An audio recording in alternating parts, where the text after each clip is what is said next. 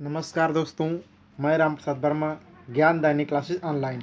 तो हम लोग पढ़ रहे हैं क्लास 12 आनुवंशिकी, जिसमें अभी तक हमने पढ़ा था मेंडल के नियम क्या हैं, मेंडल के पहले नियम को, दूसरे नियम को और तीसरे नियम को देखा।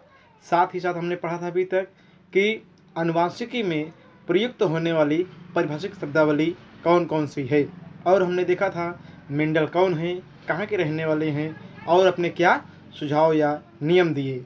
इन सब का हमने अध्ययन किया था। आज हम पढ़ेंगे, और इसी क्रम में हमने पढ़ा था मेंडल के स्वतंत्र अभिवहन नियम को। उसी को आगे बढ़ाते हुए आज हम पढ़ेंगे कि मेंडल की कुछ ऐसे भी नियम हैं, ये 2-3 नियम बताए गए थे, उनमें कुछ अपवाद भी हैं, मतलब मेंडल के नियम का विचलन भी होता है। तो आप कहेंगे आज हम पढ़ेंगे मेंडल के नियम का विचलन। तो क्या पढ़ेंगे? मेंडल के नियम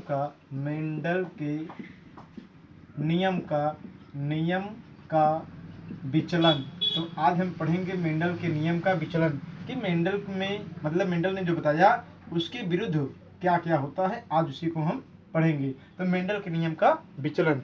तो हमने पिछले वीडियो में बात खत्म की थी स्वतंत्र अपव्यूहन के नियम से। तो आइए हम एक बार समझ लेते हैं स्वतंत्र अपव्यूहन का नियम क्या होता है। आप कहेंगे हमने देखा था कि लक्षणों को प्रदर्शित करने वाले कारक जोड़ी में होते हैं, और जब हम दो जीवों के बीच में, मतलब जैसे आप मान लेते हैं एक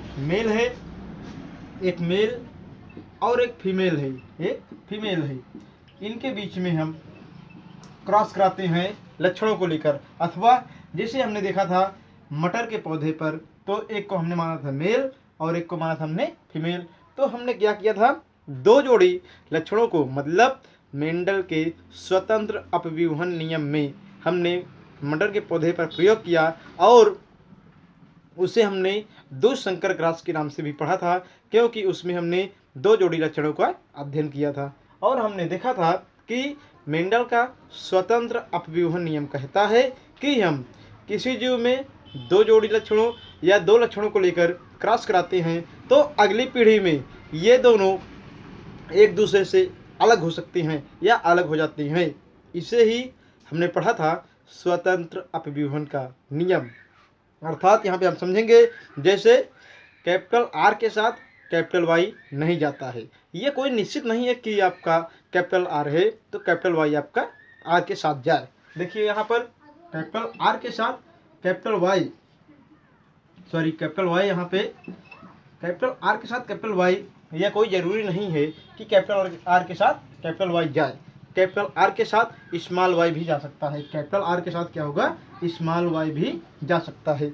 तो आप कहेंगे यह कोई आवश्यक नहीं है, अथवा हमेशा ऐसा नहीं होता है कि कैपिटल आर के साथ कैपिटल वाई ही जाए। कैपिटल आर के साथ कैपिटल वाई जा भी सकता है और नहीं भी जा सकता है। इसकी वंशगत के लिए ये जीन स्वतंत्र होते हैं, इसीलिए इसे वो क्या कहा गया, स्वतंत्र अपव्यूहन का नियम दिया गया। मेंडल का स्वतंत्र अपव्यूहन का नियम दिया गया। और अभी तक हमने देखा कि मेंडल ने अपना जो प्रयोग किया वह मटर के पौधे पर किया। मेंडल ने अपना जो प्रयोग किया वह मटर के पौधे पर किया, और मटर के पौधे पर उन्होंने सात जोड़ी लक्षणों का भी चयन किया था। तो उनका जो प्रयोगात्मक पदार्थ था वो था मटर का पौधा, और उस पर उन्होंने कुल सात जोड़ी लक्षणों का चयन किया था। इसमें से हमने देखा था कि उन्होंने जब एक संकर क्रॉस कराया तो एक संकर क्रॉस में जो रिजल्ट आया, एक संकर क्रॉस में जो उनका जीनोटाइप और फिनोटाइप था, क्या जीनोटाइप और फिनोटाइप, देखिए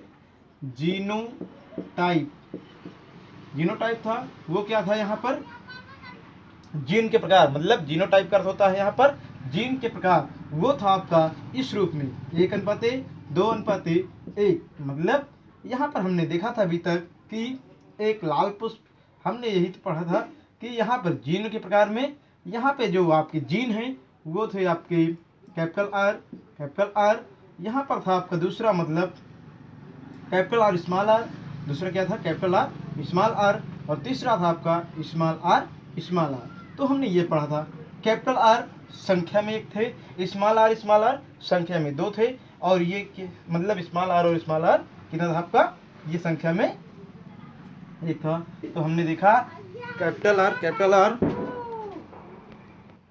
तो हमको ये परिणाम प्राप्त हुआ।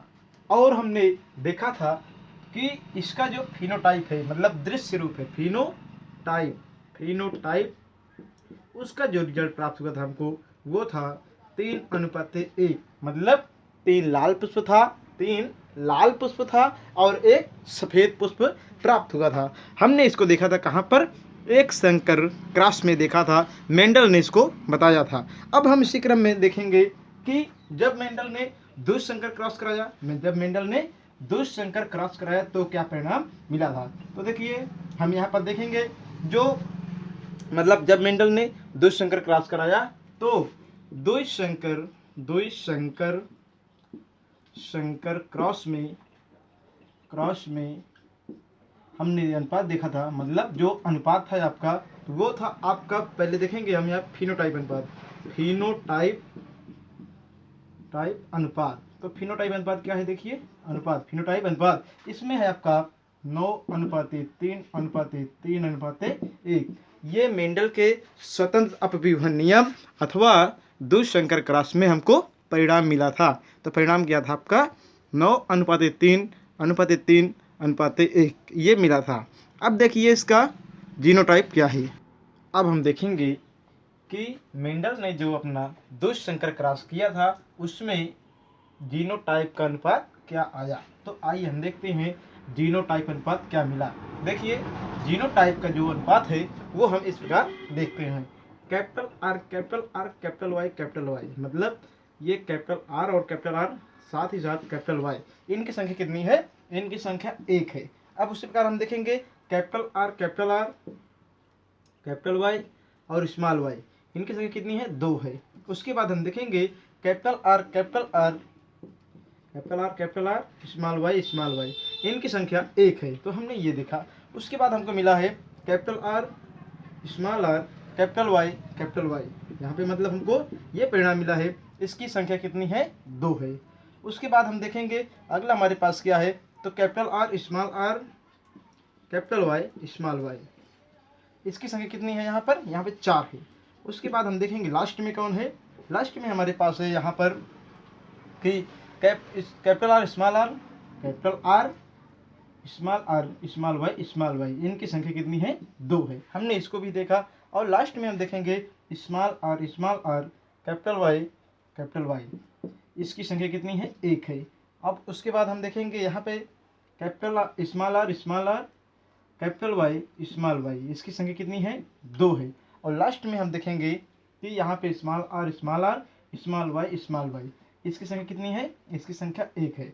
तो हमने देखा कि कैपिटल आर कैपिटल वाई, देखिए कैपिटल आर कैपिटल वाई 1 है, capital R capital Y small Y इसकी संख्या 2 है, कैपिटल आर स्मॉल वाई इसकी संख्या 1 है। उसके बाद हम देखें कि capital R capital Y capital R capital Y इसकी संख्या 2 है, capital R small Y capital Y small Y इसकी संख्या 4 है। फिर कैपिटल आर स्मॉल वाई इसकी संख्या 2 है, स्मॉल आर कैपिटल वाई इसकी संख्या 1 है, स्मॉल आर कैपिटल वाई इसकी संख्या कितनी है, 2 है, स्मॉल आर स्मॉल वाई ये संख्या में 1 है। तो हमने अभी तक ये देखा।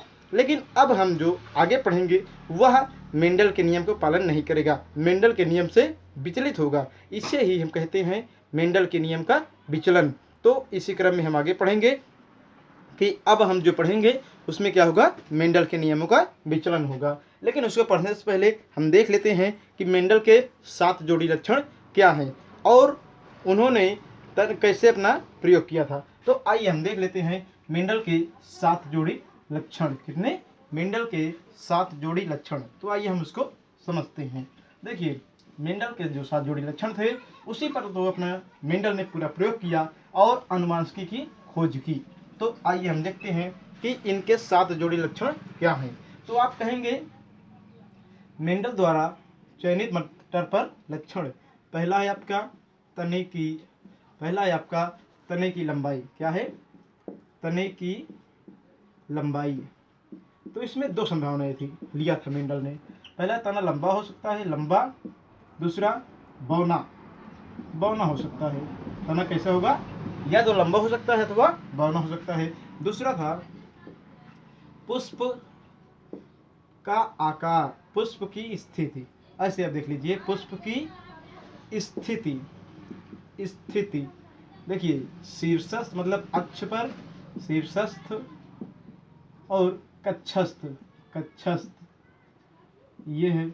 उसके बाद देखिएगा कक्षस्थ, शीर्षस्थ, और उसके बाद है पुष्प का रंग।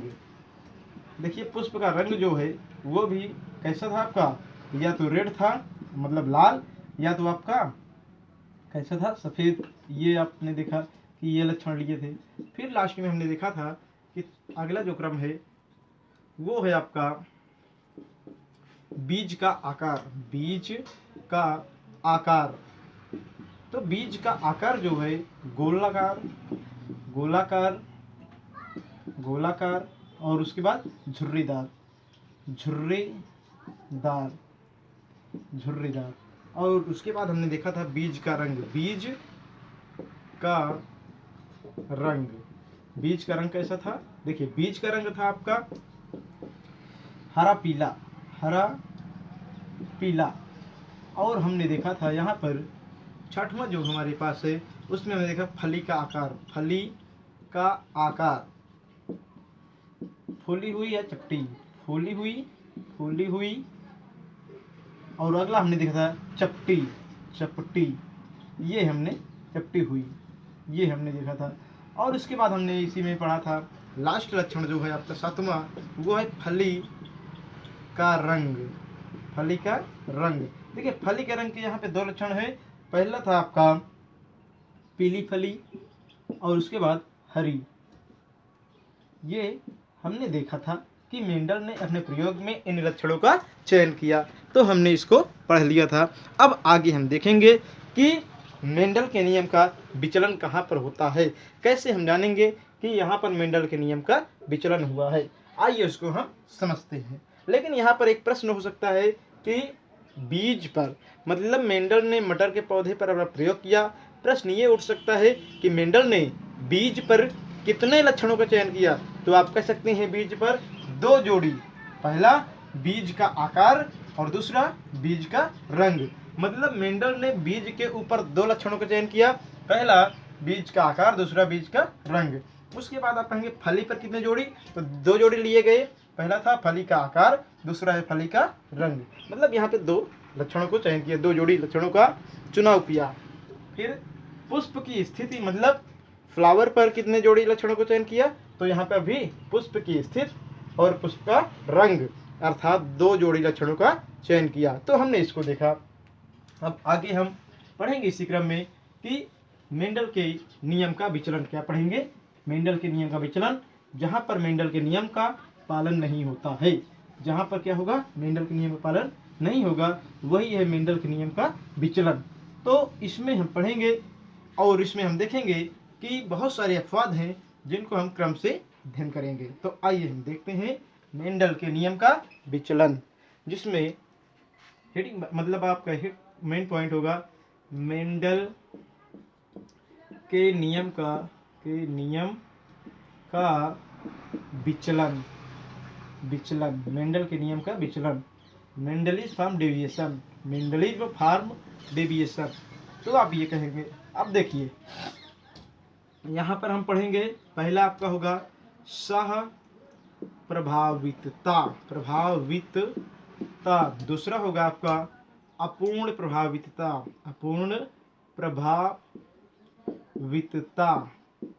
और उसके बाद हम पढ़ेंगे यहाँ पर लिंकेज, और इसी क्रम में हम पढ़ेंगे लिंकेज के बाद पेलियोट्रॉफी और एपिस्टैटिक्स। पेलियोट्रॉफी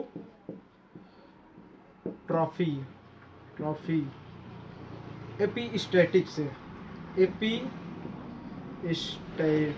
स्टैटिक्स का अध्ययन, मतलब इन सब का अध्ययन हम करेंगे। और एक बार ध्यान से देखिएगा, ये जो आपके सामने लिखे गए हैं ये ऐसे तथ्य हैं, ऐसे सुझाव हैं जहाँ पर मेंडल के नियम का पालन नहीं होता है। तो पहला है आपका सह प्रभावितता, दूसरा है आपका अपूर्ण प्रभावितता, तीसरा है आपका लिंकेज, चौथा है आपका पेलियोट्रॉफी और एपीस्टैटिक्स। ये आपके दिए गए हैं। अब इन्हीं को हम पढ़ेंगे। तो आइए पहले हम पढ़ते हैं यहाँ पर सह प्रभावितता। क्या पढ़ेंगे? सह प्रभावितता। तो आइए हम इसको पढ़ते हैं कि सह प्रभावितता क्या है। तो आप कहेंगे किसी जीव में दो जोड़ी लक्षणों को क्रॉस कराने पर अगली पीढ़ी में ये दोनों लक्षण, किसी जीव में दो जोड़ी लक्षणों को लेकर संकरण कराने पर अगली पीढ़ी में ये दोनों लक्षण एक साथ अपने आप को दर्शाते हैं। इसी को हम क्या कहते हैं? इसी परिघटना को सह प्रभावितता कहते हैं। मतलब साथ साथ अपना प्रभाव दर्शाना, यही क्या कहलाता है? सह प्रभावितता कहलाता है। तो आप कहेंगे सह प्रभावितता वह परिघटना है जिसमें हम दो जीव के बीच में, मतलब लक्षणों की जोड़ी मिलेंगे और यहाँ पर हम क्रॉस कराएंगे। तो जो लक्षण होते हैं जोड़ी वाले, वे दोनों अपना अपना, मतलब दोनों जीव के जो लक्षण होंगे जोड़ी में, वे अपने आप को प्रकट करते हैं। इसीलिए यहाँ पर क्या होता है? संतान दोनों के लक्षणों के बीच में लक्षण मिलता है, वही उत्पन्न होता है। और इसी परिघटना को हम क्या कहते हैं? सह प्रभावितता। आइए हम इसे एक उदाहरण द्वारा समझते हैं। जैसे लाल पुष्प, या मान लीजिए कोई जंतु है जो सफ़ेद रंग का है और इसका हम क्रॉस काले जंतु के साथ कराते हैं, तो उसकी संतान चितकबरी होगी। पुनः ध्यान देंगे कि कोई एक जंतु है, मान लेते हैं ये सफ़ेद रंग का है, तो सफ़ेद जंतु ऐसे लिख दीजिए आप, सफ़ेद जंतु। इसका हम क्रॉस कराएंगे तो किसके साथ? काले जंतु के साथ कराएंगे। अब क्या होगा देखिएगा, जब काले जंतु के साथ इसका हम क्रॉस कराएंगे तो यहाँ पर जो परिणाम मिलेगा आपको, वो क्या मिलेगा? इसकी जो संतान होगी वो कैसे होगी? चितकबरी होगी। आइए हम समझते हैं कि ये सब प्रक्रम कैसे होता है। तो देखिए, इसमें हम लेंगे काले जीव, जो मतलब आपके कैसे हैं? सफ़ेद। मतलब यहाँ पर CW और CW, हमने यहाँ पर जो जीन लिया है CW और CW, ये सफ़ेद रंग के जंतु के जीन हैं। और यहाँ पर CB और CB, हमने यहाँ पर जो CB और CB जीन लिया है, ये क्या है? ये आपके काले रंग के जंतु के जीन हैं। तो हमने यहाँ पे दो जीन लिया है, पहला CW और CW, CB और CB, जिसमें पहला है सफ़ेद जंतु का जीन, दूसरा है आपका काले जंतु का जीन। अब क्या होगा? अब हम क्रॉस कराएंगे, तो क्रॉस कराने पर होगा क्या? आपका CW और यहाँ पे क्या होगा? CB बनेगा। ये दोनों आपस में इकट्ठा होंगे और ये बनाएंगे CW CB। अब इनका आप मेंडल के नियम के अनुसार स्वपरागण कराएंगे और उसके बाद देखेंगे कि ये F1 है। F1 में संतान कैसी प्राप्त हुई है? F1 पीढ़ी में संतान चितकबरी प्राप्त हुई है। आपने ये देखा कि संतान जो है आपकी चितकबरी प्राप्त हुई है। अब आप कहेंगे कि इसका हम पुनः संकरण कराएंगे। तो आप देखिए, इस बार क्या होगा? जब आप इसका क्रॉस कराओगे तो अगली बार संतान कैसे बनेगी? आइए हम चिकर बोर्ड में देख लेते हैं। चिकर बोर्ड आपने बना दिया। अब यहाँ पर इसका क्रॉस कराना है, तो क्या करोगे आप? यहाँ पर दोनों के लक्षण लिखेंगे आप। कैपिटल W नहीं, मतलब ये आपका एक जीन होगा और दूसरा होगा CB। उसी प्रकार यहाँ पे रखेंगे आप CW और CB। ये आपने क्या रखा? जीन को रख दिया। अब यहाँ पे CW और CW, मतलब यहाँ पे जो जंतु होगा आपका सफ़ेद होगा,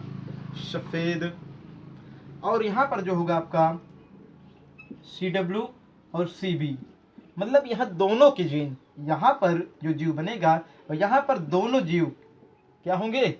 मतलब ये काले वाले लक्षण और ये कैसे लक्षण होंगे? सफ़ेद वाले लक्षण। दोनों लक्षण अपने आप को प्रकट करते हैं।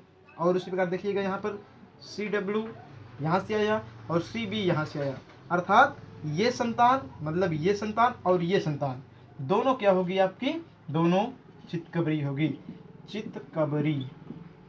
चितकबरी होगी।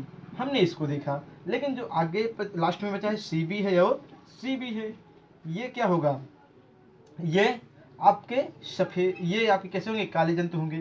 तो ये होगा आपका काला जंतु होगा। हमने देखा परिणाम, परिणाम क्या देखा, परिणाम में हमने देखा कि जो काला जंतु है उसका अनुपात मिला 1, जो चितकबरा है उसका अनुपात मिला 2, और जो आपका सफ़ेद है उसका अनुपात मिला 1।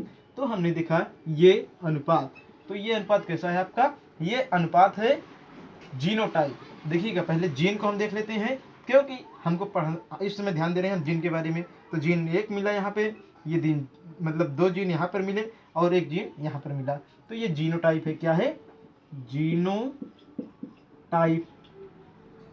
अब हम बात करते हैं फिनोटाइप की।